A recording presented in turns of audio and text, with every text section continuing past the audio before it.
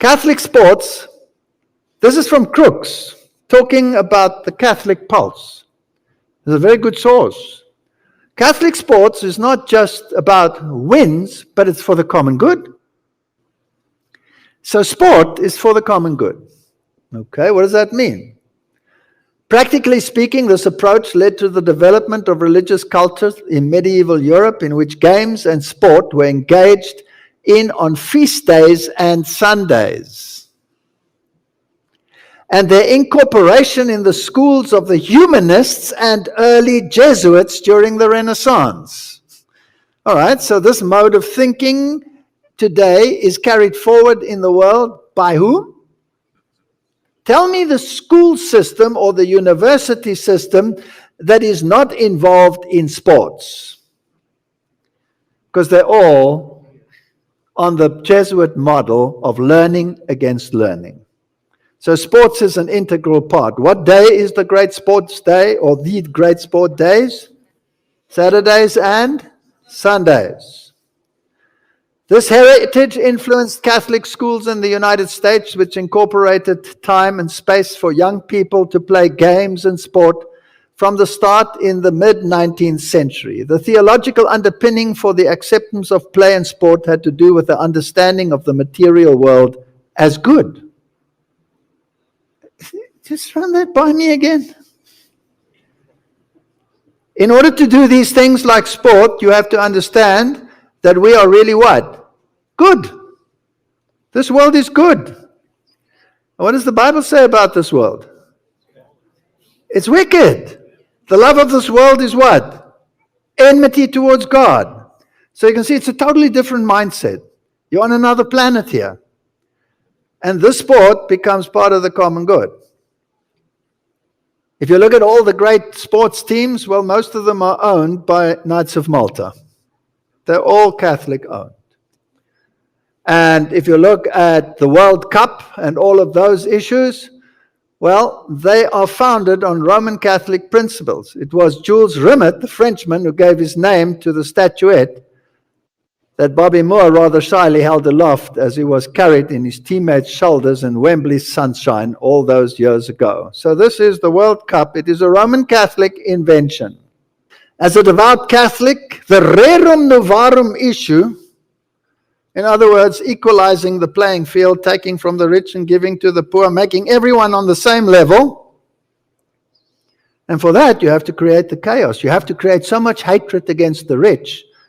Exactly the same situation that you had in the French Revolution, right? And the Spirit of Prophecy says that what happened in the French Revolution will be repeated on a global scale. So here we have it. And how do you keep these masses happy? You give them sport. He already said he's not going to distribute them so that you are well off after this distribution. It's just there's nobody that's rich anymore to get angry with. But the little that you have, will you please pay it when you go to the sports stadium to go berserk so that you can empty your pocket once more to make these people even more rich, while you are now not alone living in poverty, but those that were rich are also now in poverty and can't even employ you because they don't have any money anymore. So we're all level on the playing field. This is communist social justice thinking. It has been developed in the think tanks of Jesuitical thinking. Spirit of Prophecy. There is such a thing as leaning heavily on men and lightly on God. Those in charge of our schools should put into active service every talent possessed by the students that can be used for the help of the school. When this is done, as it should be, it will be found that students will not hanker for football, tennis, and other amusements.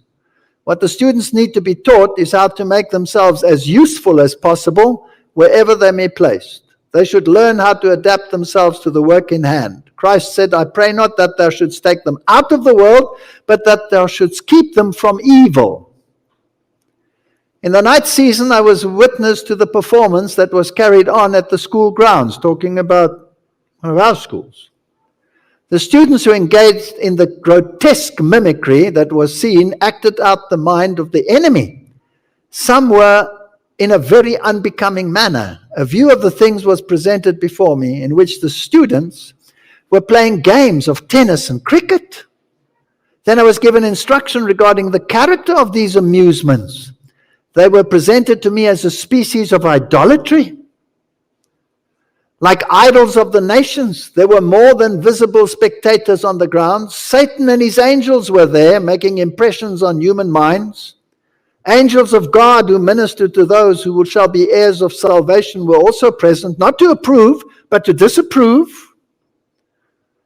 They were shamed that such an exhibition should be given by the professed children of God. The forces of the enemy gave the decided victory, and God was dishonored. He who gave his life to refine, ennoble, and sanctify human beings was grieved at the performance. Cricket? Baseball? Is this real? Some of the most popular amusements, such as football and boxing, have become schools of brutality. In this month alone, 2 boxers have died as a result of this brutality. They are developing the same characteristics that did the games of the ancient Romans. The love of domination, the pride, the mere brute force, the reckless disregard of life are exerting upon the youth a power to demoralize that is appalling. Other athletic games, though not as brutalizing, are scarcely less objectionable because of the excess to which they are carried. They stimulate the love of pleasure and excitement, thus fostering a distaste for useful labor, a disposition to shun practical duties and responsibilities. They tend to destroy a relish for life's sober realities and its tranquil enjoyments. Thus the door is open to dissipation and lawlessness with their terrible results. Whatever is done under the sanctified stimulus of Christian obligation, because you are stewards in trust of talents to use to be blessing to yourselves and others, give you substantial satisfaction for all that is done to the glory of God. I cannot find an instance in the life of Christ where he devoted time to play and amusement. Show it to us. Is it anywhere in the Bible? Now, I want you to put yourself now in the shoes of those that really believe this. You'll be very popular in the world, won't you? Will you? No. You're a stick in the mud. That's what you are. And they will hate you. They will hate you. For this reason alone. Because this whole mindset is based on Greek and Roman philosophy. Catechism of the Catholic Church. Participation in social life. Authority. Would you like to know the source? Vatican.va, the official source of the Vatican. Every human community needs an authority to govern it. How stupid were we to ask for a king? We got one. The foundation of such authority lies in human nature. This is fascinating stuff. Common good presupposes respect for the person as such in the name of the common good. You may only respect the person in the name of the common good. In particular, the common good resides in the conditions for the exercise of the natural freedoms indispensable for the development of human vocation, such as the right to act according to a sound norm of conscience and to safeguard privacy and rightful freedom also in the matters of religion. Let me read that again.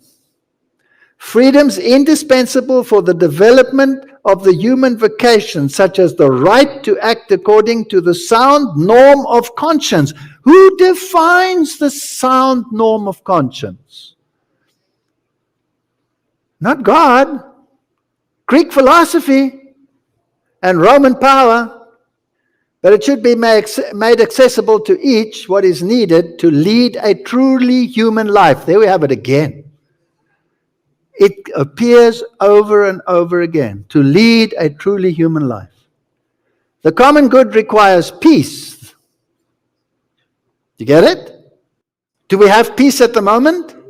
No. Are you being driven almost insane by the chaos? So what do we need? Common good. That'll solve it. That is the stability and security of a just order. It presupposes that authority should ensure by morally acceptable means the security of society and its members. A common good which permits it to be recognized as such, it is in the political community that its most complete realization is found.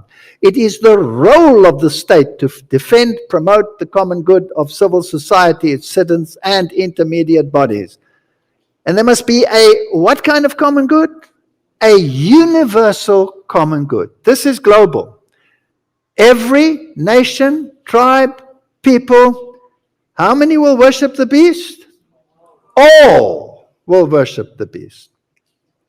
Is the turmoil only in the United States and America? Is the turmoil only in South Africa? Is it only in Europe? Is it only in France? Is it only in Germany? Is it only in Ukraine?